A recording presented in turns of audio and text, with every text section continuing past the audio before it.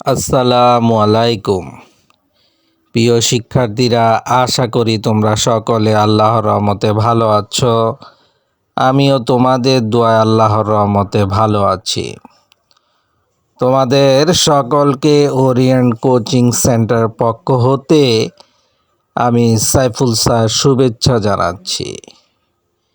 প্রিয় শিক্ষার্থীরা, আজকে আমাদের আলোচনার বিষয়, তোমরা যারা ষষ্ঠ শ্রেণীতে নতুন কারিকুলামে বিভিন্ন স্কুলে ভর্তি হয়েছ বা ভর্তি হবে, তাদের অত্যন্ত গুরুত্বপূর্ণ একটি সাবজেক্ট হচ্ছে ইংলিশ। সেই ইংলিশেরই তোমাদের যে পাঠ্যসূচি আছে বা যে অধ্যায়গুলো আছে সেগুলো আজকে আমরা আলোচনা করব এবং সেখান থেকে যে প্রথম এক্সপিরিয়েন্স বা প্রথম যে অধ্যায়টি আছে সেখান থেকে আমরা পেজ নাম্বার 1, 2 এবং 3 লেসন 1.1, 1.2 এবং 1.3 নিয়ে আজকে আমরা আলোচনা করব। তো চলো কথা না বাড়িয়ে শুরু করি। শিক্ষার্থীরা, তোমাদের ষষ্ঠ শ্রেণীর ইংরেজি বইতে যে অধ্যায়গুলো আছে তার প্রথম অধ্যায়টি হচ্ছে, তোমরা দেখতে পাচ্ছ, টকিং টু পিপল। তারপর হচ্ছে লিটল থিংস। এরপরের অধ্যায়টি হচ্ছে ফিউচার লাইস ইন প্রেজেন্ট। তারপর হচ্ছে ask and answer. Together we are a family, the missing 10th man, a day in the life of Meena, Bangabandhu my inspiration. তারপর হচ্ছে politeness, the boy under the tree, meeting an overseas friend. তারপরে হচ্ছে মেধাস dream, মাই books. তারপর হচ্ছে আর্শিস letter. তারপর হচ্ছে a fresh pair of eyes, save our home, King Lear, four friends. তারপর হচ্ছে গ্লোসারি। শিক্ষার্থীরা, তোমাদের যে প্রথম অধ্যায়টি আছে তার নাম হচ্ছে talking to people. Talking to people অর্থ হচ্ছে মানুষের সাথে কথা বলা। অর্থাৎ তুমি মানুষের সাথে কিভাবে কথা বলবে, কোন ধরনের মানুষ। আমরা জানি আমাদের ভিতরে অনেকে আছে, আমাদের সিনিয়র, আমাদের জুনিয়র, কেউ ছোট, কেউ বড়, কেউ কাছের, কেউ দূরের, কেউ পরিচিত, কেউ অপরিচিত। তো প্রত্যেকটা মানুষের সাথে আমাদের কি করতে হয়? কথা বলতে হয়, বা একে আমরা বলতে পারি কনভারসেশন। তো এই কনভারসেশনটা করতে যে আমরা কিভাবে তাদের সাথে কথা বলবো, সে বিষয়গুলি এই টপিকসের মূল বিষয়। তো এই টপিকসটির আগে আমরা এখানে দেখতে পাচ্ছি যে বেশ কিছু ভোকাবুলারি বা শব্দ ভাণ্ডার রয়েছে, যেগুলো এই আলোচনার ভিতরে এগুলি ঘুরে ফিরে আছে। তাই এগুলির অর্থ আমাদেরকে জানতে হবে। এগুলির অর্থ যদি আমরা জানি তাহলে আমরা এই টপিকসটা ভালোভাবে বুঝতে পারবো এবং সাথে সাথে আমরা কি করতে পারবো, বিভিন্ন শব্দের বাংলা আমরা জানতে পারবো। তো শিক্ষার্থীরা, আমরা ভোকাবুলারিজগুলি দেখি। প্রথমে আছে অ্যাপ্রিশিয়েট। এটার অর্থ হচ্ছে প্রশংসা করা বা কাউকে অভিনন্দন করা, অভিনন্দন দেওয়া, এটা। তারপর হচ্ছে কি এল্ডারলি। এর অর্থ হচ্ছে বয়স্ক বা যারা বয়সে বড়। তারপর হচ্ছে কি কনভারসেশন, হচ্ছে কথোপকথন। তারপর হচ্ছে ডিরেকশন, অর্থ হচ্ছে দিক বা অভিমুখ। তারপরে হচ্ছে লেটার, অর্থ হচ্ছে পরে। রিলেশনশিপ, অর্থ হচ্ছে সম্পর্ক। তারপরে হচ্ছে অ্যাকোয়েন্টেন্স, অর্থ হচ্ছে পরিচয় বা পরিচিতি। পার্কিং, অর্থ হচ্ছে পার্কিং। পার্কিং অর্থ আমরা জানি যে পার্কিং দিয়ে বোঝায় যে যেখানে অল্প সময়ের জন্য গাড়ি, মোটর গাড়ি বা সাইকেল এই জাতীয় জিনিসগুলো রাখে, কোনো গাড়ি জাতীয় জিনিস রাখা হয় অল্প সময়ের জন্য। তারপর হচ্ছে গার্ড হচ্ছে পাহারাদার। ডিসঅ্যাবিলিটি শব্দের অর্থ হচ্ছে অক্ষম, বিশেষ করে যারা দৈহিকভাবে অক্ষম তাদেরকে ডিসঅ্যাবিলিটি বলে, সরি এটা ডিসঅ্যাবল বলে। আর ডিসঅ্যাবিলিটি হচ্ছে কি অক্ষমতা, অর্থাৎ যারা দৈহিকভাবে প্রতিবন্ধী তাদেরকে ডিসঅ্যাবল বলে এবং তাদের এই অক্ষমতাকে বলে ডিসঅ্যাবিলিটি।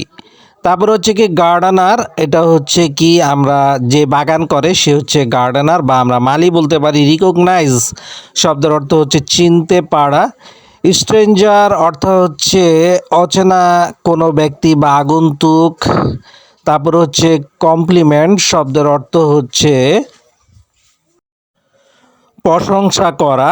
ওয়েল বিইং হচ্ছে মঙ্গল। অ্যাভয়েড মানে এড়িয়ে চলা। মিস্টেক মানে ভুল। ইন্ডিকেট মানে হচ্ছে নির্দেশ। তারপর হচ্ছে কি রিলেশন, এটা হচ্ছে কি সম্পর্ক। সিম অর্থ হচ্ছে মনে হয়। ফ্যামিলিয়ার অর্থ হচ্ছে পরিচিত। সিগনিফাই শব্দের অর্থ হচ্ছে বোঝায় বা বোঝানো।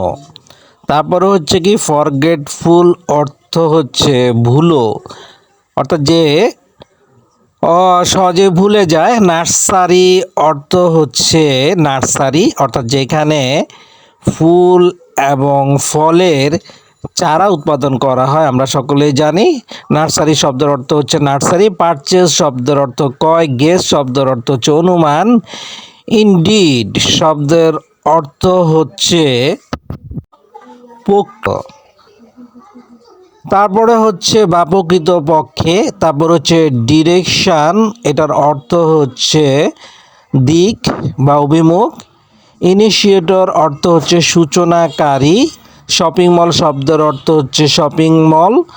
তারপর হচ্ছে পারসিভড অর্থ হচ্ছে অনুধাবন করা।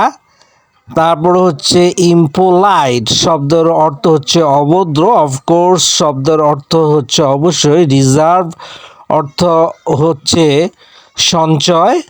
তারপর হচ্ছে কুই শব্দের অর্থ হচ্ছে সারি।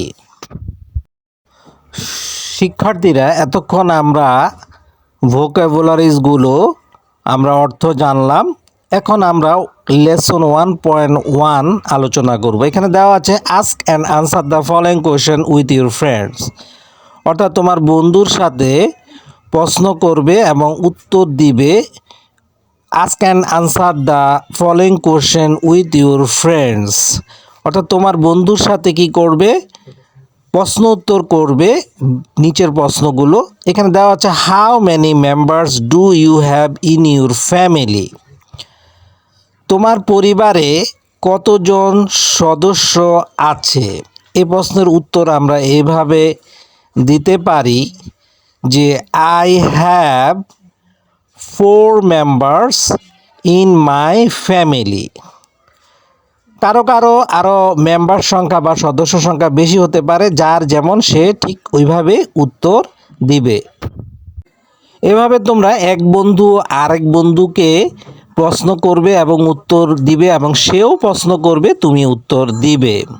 তারপর প্রশ্নটি হচ্ছে describe your relationships with them, অর্থাৎ তাদের সাথে তোমার সম্পর্ক কি। তা আমরা এভাবে অ্যান্সারটি দিতে পারি যে they are my father, mother and sister, and we have a good relationship. এরপরের প্রশ্নটি হচ্ছে do you talk to your parents in the same way as you talk to your grandparents, তুমি কি তোমার বাবা মার সাথে যেভাবে কথা বলো ঠিক সেভাবে কি তোমার দাদা দাদির সাথে কথা বলো। তো এর উত্তর পজিটিভও হতে পারে, অর্থাৎ অ্যাফার্মেটিভও হতে পারে, নেগেটিভও হতে পারে। যদি আমরা অ্যাফার্মেটিভ হিসাবে আমরা এই কোশ্চেনের অ্যান্সার দেই, তাহলে অ্যান্সারটি হবে I talk to my parents in the same way as I talk to my grand parents. অর্থাৎ আমি আমার বাবা মার সাথে সেভাবেই কথা বলি যেভাবে আমার দাদা দাদির সাথে কথা বলি। আর যদি নেগেটিভভাবে আমরা উত্তরটি দেই তাহলে এভাবে বলতে পারি I don't talk to my parents in the same way as I talk to my grand parents. অর্থাৎ আমি আমার বাবা মার সাথে সেভাবে কথা বলি না যেভাবে আমার দাদা দাদির সাথে কথা বলি। এখন লেসন 1.2-তে দেওয়া হচ্ছে look at the picture below, নিচে ছবিটির দিকে তাকাও, then ask and answer the following question in pairs, এবং জোড়ায় জোড়ায় কি করো, নিচের প্রশ্নগুলো জিজ্ঞেস করো ও উত্তর দাও। শিক্ষার্থীরা, ছবিতে তোমরা দেখতে পাচ্ছ দুটি ছেলে এবং একটি মেয়ে, তারা কি করছে, একসাথে হয়ে কথা বলছে। তো এখানে কিছু প্রশ্ন আছে, ক্যান ইউ গেস হু দে আর? তুমি কি অনুমান করতে পারো তারা কে? তারা কে, এটা কি তুমি অনুমান করতে পারো? তো এই ক্ষেত্রে আমরা বলতে পারি যে দে আর ফ্রেন্ডস, তারা বন্ধু, অথবা আমরা বলতে পারি দে আর কাজিন, তারা চাচাতো ভাই বোন। ওকে, এরপরে প্রশ্ন হচ্ছে what do you think is the relationship among them? তুমি কি মনে করো বা তোমার চিন্তা কি যে তাদের ভিতরে কি সম্পর্ক বিদ্যমান বা তাদের ভিতরে কি সম্পর্ক আছে? তো এটার অ্যান্সারটা আমরা এভাবে দিব, I think they are classmate. আমি মনে করি তারা কি সহপাঠী। What do you think they are talking about? তারা কি নিয়ে কথা বলছে? ছবিতে আমরা দেখতে পাচ্ছি যে তারা তিনজন কথা বলছে। তো তো তারা কি নিয়ে কথা বলছে এটা তুমি কি মনে করো? তো এটার অ্যান্সারটা আমরা এভাবে দিতে পারি, I think they are making a plan. অর্থাৎ তারা কোনো একটি বিষয় নিয়ে তারা কি করছে, পরিকল্পনা করছে। শিক্ষার্থীরা, এখন আমরা লেসন 1.3 নিয়ে আলোচনা করব। এখানে আছে read the following list of formal and informal expression and discuss their meaning in groups. অর্থাৎ নিচের যে লিস্ট বা তালিকাতে ফর্মাল এবং ইনফর্মাল এক্সপ্রেশনগুলো আছে, অর্থাৎ আনুষ্ঠানিক, ফর্মাল হচ্ছে আনুষ্ঠানিক এবং ইনফর্মাল হলো অআনুষ্ঠানিক যে প্রকাশভঙ্গি আছে, সেটা আলোচনা করো তাদের মিনিং সহ, তাদের অর্থ সহ। বাম পাশে দেওয়া আছে তালিকায় ফর্মাল এক্সপ্রেশন এবং ডান পাশে আছে ইনফর্মাল এক্সপ্রেশনস। প্রথমে আছে হ্যালো, ফর্মাল এক্সপ্রেশন হচ্ছে হ্যালো এবং ইনফর্মাল এক্সপ্রেশন হচ্ছে হাই বা হ্যাঁ। অর্থাৎ আমরা হ্যালো অর্থাৎ ও হে, আবার হাই হে এ দ্বারাও কি ও হে বুঝায়। It's a pleasure to meet you, এটা হচ্ছে ফর্মাল এক্সপ্রেশন, আর ইনফর্মাল এক্সপ্রেশন হচ্ছে নাইস টু মিট ইউ। আমরা কারোর সাথে দেখা হলে তখন আমরা ফর্মালি বলবো যে it's a pleasure to meet you, অর্থাৎ তোমার সাথে দেখা করে আমার ভালো লাগলো, আমি আনন্দ বোধ করছি। নাইস টু মিট ইউ এটারও অর্থ একই, তোমার সাথে দেখা হয়ে আমার ভালো লাগলো, বাট আমরা ফর্মাল এক্সপ্রেশনে বলবো it's a pleasure to meet you এবং ইনফর্মাল এক্সপ্রেশনে বলবো nice to meet you. Okay, তারপরে ফর্মাল এক্সপ্রেশনে হচ্ছে আই অ্যাপোজিস, আর ইনফর্মাল এক্সপ্রেশনে বলবো যে আই এম সরি, অর্থাৎ আমি দুঃখিত।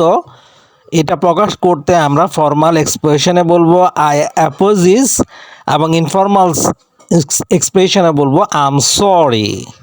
তারপর হচ্ছে কি ফর্মাল এক্সপ্রেশনে মাচ অ্যাপ্রিসিয়েটেড এবং ইনফর্মালে হচ্ছে কি থ্যাঙ্কস।